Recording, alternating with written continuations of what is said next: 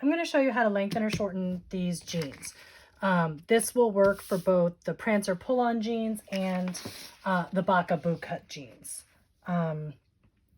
First, what you're going to do is find your child's inseam length. So where you want the pants to rest. Is it above the ankle, below the ankle? And really that depends on the style. In the Prancer, we have both a skinny leg and a stovepipe shaped leg. This is the stovepipe. The skinny should be just about at the ankle, maybe a little above. Stovepipe should be just below the ankle. And then if you are making the Bacca boot cuts, that's a boot cut shape, which should really sort of go even below that to almost mid to bottom of the heel, just for a traditional look. But if you want something a little shorter, a little bit longer, if you're making these adjustments anyway, you can do that. So you're going to want to find the main size that you need. That's based on hip. In this case, it's a size 12 month. Then you need to figure out if you need to lengthen or shorten. But to do that, you're going to look at the inseam numbers on the finished measurements chart. So what I do is, this one is circled in yellow and you're not going to be able to see. I have other measurements on here, so you can ignore those. The 12 month, we're looking at the I letter because that's the view B inseam, and view B is the stovepipe shape. So we're going to go to column I. These are the inches. These are the centimeters. I'm using inches. So I'm going to circle 12 months, and then I know that his inseam is just about 9 inches where I want to hit, and it says that the 9-month inseam size is 9.25. I don't really want to go all the way down to the 6-month because that's 8.27 inches, and I think this 9.25 will be just right. If I wanted to get exact, I could, but I like to stick with the measurements that are on the chart because as you're going along, it may be significant to something else that happens. So I'm going to use those two measurements there. So I'm going to use the base of this 12-month size, and which is 10.54, and I need to shorten it to 9.25. So I write those over here. You can't see it because it's in yellow. So 10.54 minus 9.25 is 1.29, and that's inches.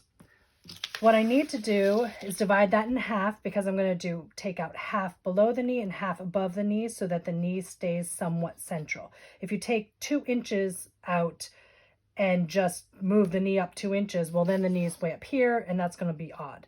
You want to take half above and half below. That's just a good rule of thumb for lengthening and shortening. The knee line is the length and shorten line here for the inseam. So by dividing that in half, it's 0.645, and I'm going to call that 5/8 of an inch. It's not exact. If you want to be exact, you should use centimeters because that's a lot more exact, but with our imperial numbers, I'm going to go with 5/8 because that makes it easy. And I did have some playroom here with that 9.25 number with his inseam. So I know I need to take 5/8 of an inch above the knee and 5/8 of an inch below the knee.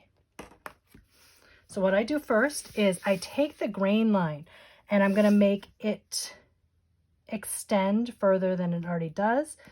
Just make a line here. This will help match up the pattern pieces later from once we've cut them.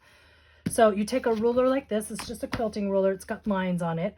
I'm going to do 1, 2, 3, 4, 5/8, and I'm lining that up along the orange line here for the 12-month size. Draw 5/8 of an inch under it, and then I'm going to draw 5/8 of an inch above it.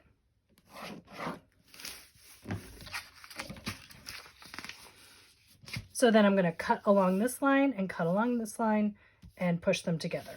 Really, I am just going to cut one and move it up, but that's the line it's going to match up with. That gives us some paper to tape to, but those two lines are going to meet. So I'll show you how to do this. And if you do need to make adjustments to the waist or hips, you do that after you do the length. I find that doing the length first makes the most sense for these patterns. So you're going to line up that center grain line. You'll notice that here on the edge, these lines won't match up exactly yet, and we're going to fix those. But matching that grain line is the most important right now. All right, so at this point, we've taken the 5/8 out of each side. I'm going to tape that up. There you go. So that has been taken out. If you only had to do the lengthening and shortening, that's where you're going to come back and you're going to fix these edges. So I'm using the 12-month for the main size. And so you would take a French curve or some sort of ruler like that, and you're going to blend here and blend here. This is going to be the new knee line. So you're going to want that to come in a little bit, but be the same length, and same with there. I am actually going to be making the waistband smaller. He has a 3T hip and a 6-month waist, very narrow in the waist. And what I have found with the pants is that generally, especially in the boot cut shape, this is the stovepipe, but especially with the boot cut shape, that the waist size tends to be similar to the leg size, even maybe not the length, but the width. So if you're looking for a more slim fit, you could go and take that down, follow those lines. These are very similar, so it's probably not necessary, but in the boot cut, there's a little more shape there. I've just found that to be true. So this pattern piece would be ready then to move on to adjusting any of the upper portion. The front, so that was the back. The front, you're going to do the exact same thing. And these shapes in the front and the back are pretty much the same on the leg. So you could take what you've cut out here and line it up with the hip marking and kind of cut that shape out. But it's probably best to go ahead and do the lengthening and shortening there. So if you're looking to then move on to do any waist or hip adjustments, you should check out the next video.